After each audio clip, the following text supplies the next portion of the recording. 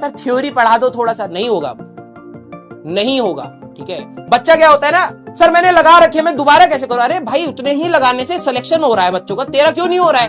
क्योंकि तू एक मॉक टेस्ट जेईई मेंस, एक मॉक टेस्ट एडवांस, दोनों की तैयारी करनी है, ठीक है। और यहां पर जो मैं आपको बता रहा हूं, ठीक है, यस, अभी भी 60 दिन भाई, 60 दिन। अब आप ये मानिए मैं क्यों कह रहा था जेईई मेंस 1 में अपनी पूरी एनर्जी लगा दीजिए, क्योंकि जेईई मेंस 2 तभी आपके लिए आसान होगा क्योंकि आप रिवाइज करके बैठे हैं। अब क्वेश्चन लगाने का जब समय है ना, अब बच्चे कहेंगे सर थ्योरी पढ़ा दो थोड़ा सा, नहीं होगा, नहीं होगा, ठीक है। अब आपको सीधे क्वेश्चंस लगाने। अब देखो मैंने 4 चीजों के बारे में बात कर दी है, ठीक है। बिलो 80 मार्क्स मैं एक बार बता देता हूं, किसी का अगर अपना वो चेंज करना है कि नहीं यार मेरे को ये वाली स्ट्रेटेजी फॉलो करनी है, ये कोई एब्सोल्यूट स्ट्रेटेजी नहीं है, सबके लिए रिलेटिव है, किसी को प्लस माइनस कुछ करना हो डेफिनेटली कर लेना। कुछ बच्चे कहेंगे सर 140 वाला ये फॉलो करे, ये फॉलो करे, गधे वाली बात मत करना, जो आपको सही लगे वो करना, कोई बहुत बड़ा चेंज नहीं होता है, ठीक है। 80 मार्क्स से बिलो मैं ये मानता हूं कि आप स्कोर कर सकते थे, लेकिन अगर आपने 80 मार्क्स से कम कराए तो आपने इजी क्वेश्चन भी गलत कर दिए, ठीक है। क्लास नोट्स जरूर पढ़िए, मेक शॉर्ट नोट्स और हाईलाइट फॉर्मूला। फॉर्मूले की शीट होना आपके लिए बहुत ज्यादा इंपॉर्टेंट है।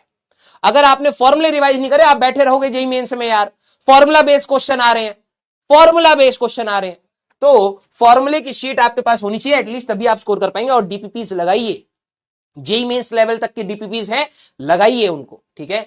80 to 140 important question of the class notes. आपको मेजॉरिटी थ्योरी पता है, ध्यान सुनना, तो अब ये नहीं कि मैं पूरी थ्योरी पढ़ूंगा ना, समय इतना नहीं है। इंपॉर्टेंट क्वेश्चंस जो भी आपको गलत हुए थे, या फिर आपको लगता है यार सर ने ये क्वेश्चन इंपॉर्टेंट बताया था, इस क्वेश्चन को नए तरीके से बताया था, उनको आप रिवाइज करेंगे, हाईलाइट करेंगे। डीपीपी जरूर, exercise 1 and exercise 2 of the module, module के 1 और 2 एक्सरसाइज आपके जेईई मेंस और जेईई मेंस के टफ क्वेश्चन को कैटर करने के लिए मोर देन सफिशिएंट है, इनको आप खत्म करेंगे। मॉड्यूल ये हो गया एचसीवी की बैक एक्सरसाइज, आपको अगर समय बचता है तो आप इसको लगाएंगे। जिनके 140 टू 250 मार्क्स आ रहे हैं, एडवांस क्वेश्चन ऑफ क्लास में जितने भी एडवांस क्वेश्चन, देखो ये बच्चे वो उस रेंज में आ रहे हैं, मैंने इनको टेंटेटिव ऐसे रखा है कि ये वो बच्चे होंगे जिनका कहीं ना कहीं फर्स्ट अटेम्प्ट में जेईई एडवांस ऑलमोस्ट मैं मान सकता हूं कि तैयारी करनी स्टार्ट कर देनी चाहिए। इनको मैंने क्यों नहीं बोला एडवांस के पीवाईक्यूज, क्योंकि अभी थोड़ा सा डेलिकेट मामला है, ठीक है, थोड़ा सा डेलिकेट मामला है। पता लगा एडवांस की तैयारी में जेईई मेंस में ही एनआईटी नहीं मिल रहा, ठीक है, तो ये आपको अभी पहले फोकस इस पे रखना है। जेईई मेंस 2 के बाद स्ट्रेटेजी और चेंज होगी, इनकी अब स्ट्रेटेजी में आ जाना चाहिए। एडवांस के क्वेश्चन जो भी क्लास में डिस्कस कराए गए हैं आप उनको देखेंगे, exercise 3 and exercise 4 of the module आप करना स्टार्ट करेंगे, एडवांस के पीवाईक्यू लगाना स्टार्ट करेंगे, और एचसीवी के एक्सरसाइज एंड ऑब्जेक्टिव 1, एचसीवी की पूरी एक्सरसाइज बैक एक्सरसाइज हर चैप्टर की लगाने की कोशिश करेंगे, और ऑब्जेक्टिव 1 जरूर लगाएंगे। जो 250 प्लस है, इनके एडवांस क्वेश्चंस की आपकी प्रैक्टिस, भले ही वो क्लास नोट्स हो या फिर आपके पीवाईक्यूज हो। एचसीवी के लास्ट 10 क्वेश्चंस डेफिनेट लगाने, क्योंकि एचसीवी के आखिरी के क्वेश्चंस थोड़े से कॉम्प्लिकेटेड हो जाते हैं।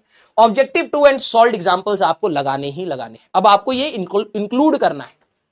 सर पीवाईक्यू कौन कौन से करने हैं? इनको जेईई मेंस के पीवाईक्यू 2019 से सारे लगाने। अब पता है क्या बच्चा रटता है, बच्चा क्या होता है ना, सर मैंने लगा रखे, मैं दोबारा कैसे करूं? अरे भाई उतने ही लगाने से सिलेक्शन हो रहा है बच्चों का, तेरा क्यों नहीं हो रहा है? क्योंकि तू क्वेश्चन को रट के बैठा है। इस वाले सवाल का आंसर भी है, तूने एक बार भी नहीं सोचा कि वो वाले सवाल में वो फॉर्मूला क्यों लगा दिया सर ने, ये लगा दिया, तेरे को पता है कि क्यों सिलेक्ट, उसका सवाल का तेरे को जवाब नहीं पता है। और जब तक तू फिजिक्स, केमिस्ट्री और मैथ्स में टीचर के इस पॉइंट पर नहीं पहुंच रहा है कि सर आपने ये क्यों किया, हजारों फॉर्मूलों में से ये क्यों सिलेक्ट करा, जब तक आपको फिजिक्स नहीं आई, केमिस्ट्री नहीं आई, मैथ्स नहीं आई। तो ये 2019 से पहले के आपको अपने पीवाईक्यू लगाने हैं, और हर क्वेश्चन का कंसेप्ट समझना है कि ये क्वेश्चन पूछ क्या रहा है, मैं ये फॉर्मूला क्यों लगा रहा हूं। रटना नहीं है, आपको कई आंसर आते होंगे, ठीक है। जेईई मेंस पीवाईक्यू 2015 से आगे आप लगाएंगे।